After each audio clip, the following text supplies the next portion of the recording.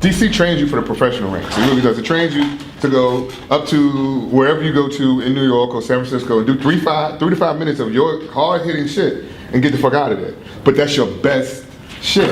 But when you're starting out, you have no idea what your best shit is. So you're going 3 to 5 minutes of, but it don't. You just have to see past the bullshit and go, oh, okay, what am I doing? That's true.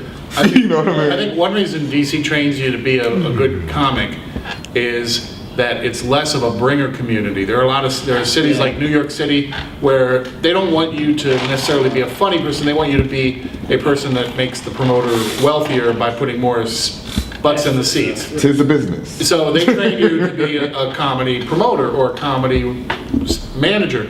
Whereas DC, it's loosey-goosey when it comes to open mics. You just get up there and be funny. We don't care if you brought 3 people or bought 3 drinks. Just get up. Most of the open mics are like that. So it trains you to concentrate on what I think should be the basis, which is, are you funny or not? Right. And I disagree. Yeah. I disagree because I started out doing music. And when you do music and you tell people that your band is performing somewhere, if they're friends of yours, they'll come out after a while and check you out. When I transitioned into doing comedy, at first I, can be very honest, I had no intentions whatsoever of being a promoter. None being a promoter, none being a producer. I didn't want jack shit to do with it because it pissed me off and got me out of music. Whereas before, when I was doing music and all that kind of shit, there was no internet, there was no social marketing, there was none of this shit.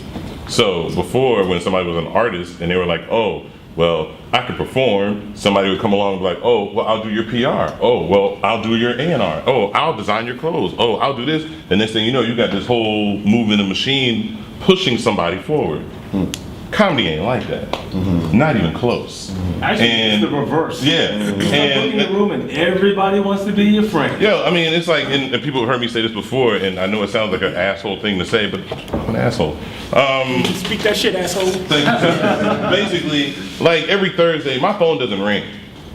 But every fucking Thursday, starting about 10 o'clock in the morning until just about 9:15, everybody and their brother is my fucking friend calling me for time on my stage. And it's like, my stage is not all that. Like, for real, it's not. Like, we put the stage in the back of the room when the show is over. It's not all that. It's cool that it is what it is. I love your stage. Thank you. It's my favorite by far. Well, but it's a good vehicle. But and I appreciate it. And I want everybody to want to ride. But it's like Haywood said earlier.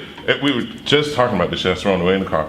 Like, I love Haywood's laugh, but nobody's like, I love his jokes. I love your room, but nobody's booking my black ass. So I guess the point is, the point is this. You can bring the room with you. Right. If I could bring the room with me everywhere I go, I would. But to me, this is how the game is changing. And in my mind, yeah, I agree with you to a certain point. DMV does prepare you to be a professional comic. But for real, if they really want to prepare you to be a professional comic, not only do you got to be funny, you got to put butts in seats. Yeah. Period. Point blank. Funny does not just solve the whole problem. Or keep them in seats. How about that?